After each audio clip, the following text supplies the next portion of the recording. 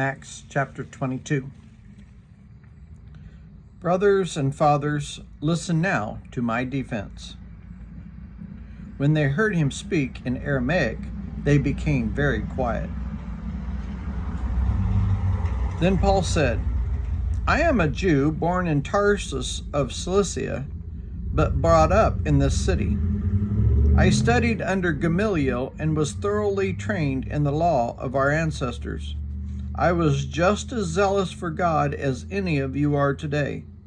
I persuaded the followers of this way to their death, arresting both men and women, throwing them into prison, as the high priest and all the council themselves can testify. I even obtained letters from them to their associates in Damascus, and went there to bring these people as prisoners to Jerusalem to be punished.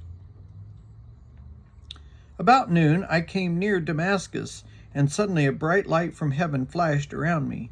I fell to the ground and heard a voice say to me, Saul, Saul, why do you persecute me?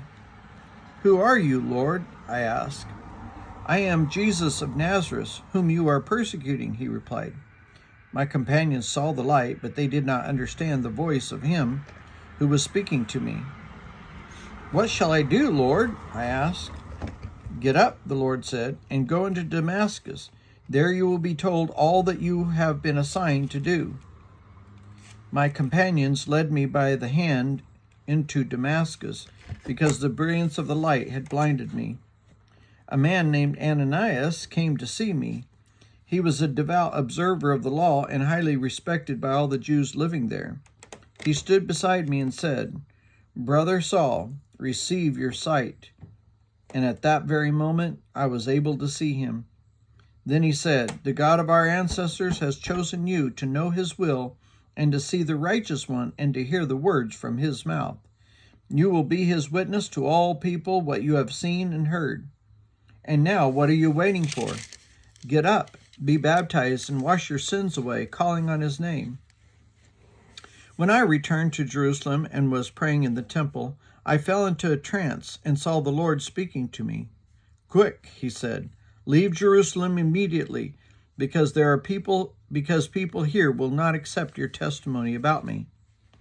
Lord, I replied, these people know that I went from one synagogue to another to imprison and beat those who believe in you. And when the blood of your martyr Stephen was shed, I stood there giving my approval and guarding the clothes of those who were killing him. Then the Lord said to me, Go, I will send you far away to the Gentiles. The crowd listened to Paul until he said this. Then they raised their voices and shouted, Rid the earth of him! He is not fit to live! As they were shouting and throwing off their cloaks, flinging dust into the air, the commander ordered that Paul be taken into the barracks. He decided that he be flogged and interrogated in order to find out why the people were shouting at him like this. As they stretched him out to flog him, Paul said to the centurion standing there, Is it legal for you to flog a Roman citizen who hasn't even been found guilty? When the centurion heard this, he went to the commander and reported it. What are you going to do? He asked. This man is a Roman citizen. The commander went to Paul and asked, Tell me, are you a Roman citizen? Yes, I am, he answered. Then the commander said, I had to pay a lot of money for my citizenship. But I was born a citizen, Paul replied. Those who were about to interrogate him withdrew immediately. The commander himself was alarmed when he realized that he had put Paul, a Roman citizen, in chains. The commander wanted to find out exactly why Paul had been accused of the Jews, so the next day he released him and ordered the chief priest and all the members of the Sanhedrin to assemble. Then he brought Paul and had him stand before them.